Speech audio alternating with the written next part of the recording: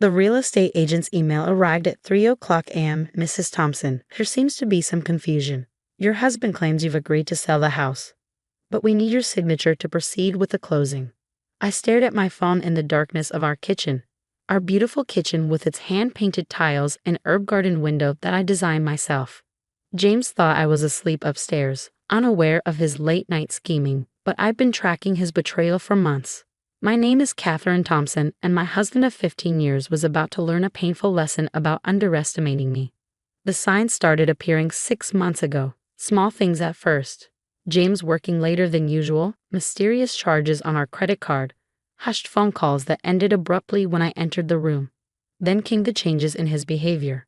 The man who once bragged about my cooking suddenly found fault with every meal.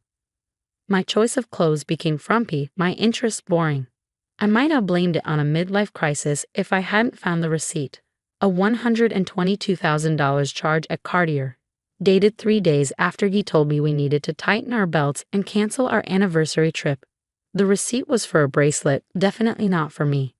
That discovery led me down a rabbit hole of investigation. Bank statements showing large cash withdrawals, hotel charges in cities where he supposedly had business meetings, and most recently, emails to real estate agents about selling our home, all from his private account that he didn't know I could access. Katie? James's voice floated down from upstairs. You coming back to bed? Just getting some water, I called back, keeping my voice steady. Be right up. I closed my laptop quietly, my mind racing. This house wasn't just any property, it was my dream home. The one I'd spent 3 years renovating while working as an interior designer. Every room reflected my vision, my creativity, and now James was trying to sell it from under me to fund his affair with a woman young enough to be our daughter. But what he didn't know was that I'd been 2 steps ahead of him for months. The next morning, I watched James leave for work, briefcase in hand, kissing me goodbye like nothing was wrong. As soon as his car disappeared around the corner, I called my lawyer, Rachel. He's making his move, I said as soon as she answered. Got an email from the real estate agent last night. Perfect, Rachel replied, and I could hear her shuffling papers. Everything's in place on our end. Are you sure you want to wait? I thought about the evidence I'd gathered, screenshots of his messages to his girlfriend Amanda, a 23-year-old yoga instructor, records of the money he'd been siphoning from our accounts, the fake business trips that were actually romantic getaways. But timing was everything. No, I said firmly, let him think he's winning. I want to see his face when he realizes what's really happening. After hanging up, I walked through our house, running my hand along the walls I'd carefully painted, remembering the countless hours spent making each room perfect. James had laughed at my attention to detail back then, calling me obsessive. Now I understood he'd never appreciated any of it. My phone buzzed with a text from my best friend Diana. Just saw James at that new bistro downtown. He's not alone. I asked her to send a photo, even though I knew what I'd see.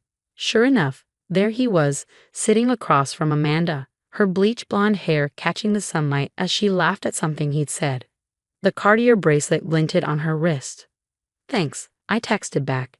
Keep me posted. That evening, James came home later than usual, reeking of expensive perfume and wine. He didn't notice how I'd rearranged my home office, moving my important documents to a secure location. He was too busy checking his phone, probably messaging Amanda. Busy day? I asked, serving the dinner I'd prepared, his favorite pot roast with roasted potatoes. Yeah, big client meeting, he muttered, barely looking up. Listen, Katie, we need to talk about the house. I kept my expression neutral, waiting. I've been thinking, he continued, pushing his food around his plate. Maybe it's time for a change. This place is too big for us, and the market's good right now.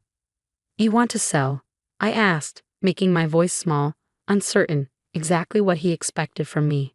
He launched into his rehearsed speech about downsizing, investing in new opportunities, finding something more practical. I listened, nodding at all the right moments while my mind raced ahead to what would happen next. I actually talked to a few agents, he admitted, watching my reaction carefully, just to get an idea of the market. I forced tears into my eyes, a trick I'd learned in my college theater days. But this is our home. We've put so much work into it. He reached across the table, patting my hand condescendingly. Sometimes we have to make hard decisions, honey. Trust me. I sobbed, rushing from the table like the emotional, irrational wife he thought I was. Once in our bedroom, I pulled out my phone and texted Rachel. He's making his pitch now. Time to move to phase 2. The next week passed in a blur of activity, all carefully hidden from James. While he thought I was at my design clients' homes, I was actually meeting with financial advisors, documenting his betrayal, and setting up my own security net. Diana kept me updated on James's movements, lunch dates with Amanda, visits to high-end jewelry stores, a suspicious appointment at a luxury car dealership. He was spending money like water, probably promising Amanda the world. Then came the email I'd been waiting for. James had found a buyer for our house. A cash offer well above market value. He forwarded me the details with a note. "This is a great opportunity, honey. We need to move fast." I showed the email to Rachel, who smiled grimly. He really thinks he'll just sign everything over without checking the details. He's never thought I was capable of understanding complex financial matters. I replied, thinking of all the times he dismissed my questions about our investments. That's about to change. That night, James was particularly attentive, bringing home my favorite wine and suggesting we eat on the patio. I knew what was coming: the hard sell, the manipulation, the carefully crafted arguments designed to make me agree to sell our home. "The buyers need an answer by Friday," he said, refilling my wine glass. "They're offering cash, Katie. We'd be foolish to pass this up." I took a sip of wine, studying his face in the fading light. The face I'd woken up to for 15 years now looked different to me, harder, colder, with lies etched into every smile. "You're right," I said softly. "We would be foolish." His eyes lit up with triumph, not noticing the steel beneath my words. "I'll have the papers drawn up tomorrow. We just need your signature and—" "No," I cut him off, my voice firm. "We would be foolish to pass up this opportunity to expose exactly what you've been doing." The color drained from his face. "What are you talking about?" I pulled out my phone, pulling up the folder of evidence I'd labeled James's secret life. "Should we start with the Cartier bracelet you bought Amanda? Or maybe the hotel receipts? Oh, I know. Let's talk about the money you've been moving to your private account, thinking I wouldn't notice." He stood up so quickly his chair toppled backward. "You've been spying on me?" "No, James, I've been protecting myself. Did you really think I'd just stand by while you sold our home to fund your midlife crisis?" The next few hours were chaos. James alternated between rage and pleading, threats and promises, but I stood firm, knowing I held all the cards. When he finally stormed out at midnight, slamming the door behind him, I sent one final text to Rachel. "He knows. Time for the endgame." The next morning, I woke up to 37 missed calls from James and a string of increasingly desperate texts. "You're making a huge mistake. We can talk about this. Don't do anything stupid, Katie. The buyers won't wait forever." I smiled, making my morning coffee in the kitchen I'd fought so hard to design. James had always underestimated me, treating me like a decorative housewife whose only skill was making things look pretty. He'd forgotten that successful interior design required more than just an eye for color. It required business acumen, attention to detail, and most importantly, the ability to read people. My phone rang again. James's number. This time I answered. "The buyer pulled out," he said without preamble. "Thanks to your little tantrum, we just lost the best offer we'll ever get." "No, James," I replied calmly. "You lost the best thing you ever had. The house was just the last straw." He started to respond, but I cut him off. "Check your email." I listened to his sharp intake of breath as he opened the message from my lawyer, the one detailing every transaction he'd made with our joint funds over the past year, every hotel booking, every gift to Amanda, and most importantly, the legal documentation showing that I'd secured an injunction preventing any sale of our house without explicit court approval. "You can't do this," he sputtered. "I already have. Oh, and James, Amanda called me this morning." The silence on the other end was deafening. "She was quite surprised to learn you're still married. Apparently, you told her we'd been divorced for 2 years, and that's why you couldn't introduce her to any of your friends or family." This was the moment I'd been waiting for, when James realized just how thoroughly I'd dismantled his plans. What he didn't know was that I'd met with Amanda myself 2 days ago, showing her proof of James's lies and manipulations. "She's young, James, but she's not stupid," I continued.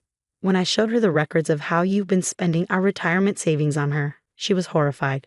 Did you really think she'd want to be part of destroying someone's life? The sound of something shattering came through the phone.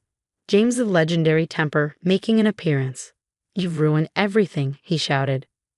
No, you did that yourself. I just made sure I wouldn't go down with you. After hanging up, I walked through our house, my house now, touching the walls, the furniture, all the pieces of our life together that James had been willing to sacrifice for his midlife fantasy. Diana came over that afternoon, bringing wine and sympathy. How are you holding up? I poured us each a glass, settling into my favorite window seat. Better than I expected. You know what the funny thing is? A year ago, this would have destroyed me. What changed? I thought about it, remembering the moment I found that cardio receipt. I realized I was worth more than what James thought of me. The moment I stopped trying to save our marriage and started protecting myself, everything became clear. My phone buzzed, an email from Rachel with an update on the divorce proceedings. James' attempts to hide assets had backfired spectacularly, triggering a forensic audit of all his accounts. The judge was not amused by his financial manipulations. Ms. Thompson, Rachel wrote, given the evidence of financial misconduct, we're in a strong position to secure not just the house, but a significant portion of all marital assets. Would you like to proceed? I typed back a simple yes. The next few weeks were a whirlwind of legal proceedings and revelations. James's carefully constructed world unraveled piece by piece. His company launched an investigation into his expense accounts, finding years of questionable charges. Amanda, hurt and angry at his deception, provided her own evidence of his lies. Through it all, I maintained my design business, even landing a major contract to renovate a historic hotel. The client had specifically requested me after seeing our house featured in a design magazine, the same house James had tried to sell behind my back. One evening, as I reviewed renovation plans in my home office, the doorbell rang. It was James, looking disheveled and defeated. Can we talk? He asked, his voice rough. I let him in, noticing how he took in the changes I'd made to the house. The new art on the walls, the rearranged furniture, all traces of his presence erased. I messed up, Katie, he said, sinking into a chair.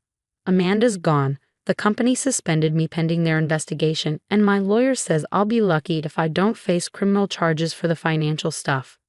What did you expect, James? That you could steal our future and I just accept it? He ran his hands through his graying hair. I don't know what I thought, that I deserved more. That you'd be lost without me. I laughed, genuinely amused. That was always your problem. You saw me as an accessory to your life, not a partner. You never understood that I was building my own success while you were busy destroying yours. The final divorce settlement came through 3 months later. I kept the house, my business, and most of our assets. James's financial misconduct had cost him dearly, both in the settlement and in his career. Amanda, to her credit, had turned her life around. She'd returned the bracelet and other gifts, using the money to start her own yoga studio. She even hired me to design the space. I'm sorry, she'd said during our first design meeting. I never meant to hurt anyone. I really thought you were divorced. We both learned some hard lessons, I replied. The important thing is what we do afterward. A year after that night in the kitchen when I'd received the real estate agent's email, I stood in my garden hosting a celebration. My design business had expanded, adding 3 new designers and a commercial division. The historic hotel renovation had won awards, leading to more high-profile projects. Diana raised her glass in a toast to new beginnings. As my friends and colleagues cheered, I looked around at the home I'd fought to keep, the business I'd built, and the life I'd reclaimed. My phone buzzed. A text from James's sister. He's living in a small apartment now, working an entry-level job. Keeps saying he should have appreciated what he had. I didn't respond. James' regrets weren't my concern anymore, and instead, I turned to my guests, raising my own glass. To knowing your worth, I said, and never letting anyone make you forget it. Later that night, after everyone had left, I sat in my garden, listening to the fountain I'd installed where James's prized grill used to be. The stars were bright above, the air fragrant with jasmine I'd planted last spring. My phone lit up with an email, another client requesting a consultation. Life moved forward, bringing new opportunities, new challenges, new chances to prove what I was capable of. James had thought selling our house would fund his new life, Instead, his betrayal had freed me to create something better than I'd ever imagined. Sometimes losing what you thought you needed makes room for everything you deserve. I touched the warm stones of the house, my house, feeling the strength of its foundation beneath my fingers. Like me, it had weathered storms and emerged stronger. Every room told a story now, not of what was lost, but of what was gained when I finally stood up for myself. The next morning, I had 3 client meetings, 2 project reviews, and a consultation with a potential investor interested in expanding my business nationally. James' attempts to diminish me had only proven how much I could accomplish on my own. As I got ready for my day, I caught my reflection in the mirror, a woman who had turned betrayal into triumph, pain into power. The house he tried to sell had become the symbol of my independence, and the life he tried to destroy had transformed into something far greater than his limited vision could have imagined. After all, the best revenge isn't just success. It's succeeding in ways your betrayer never thought possible.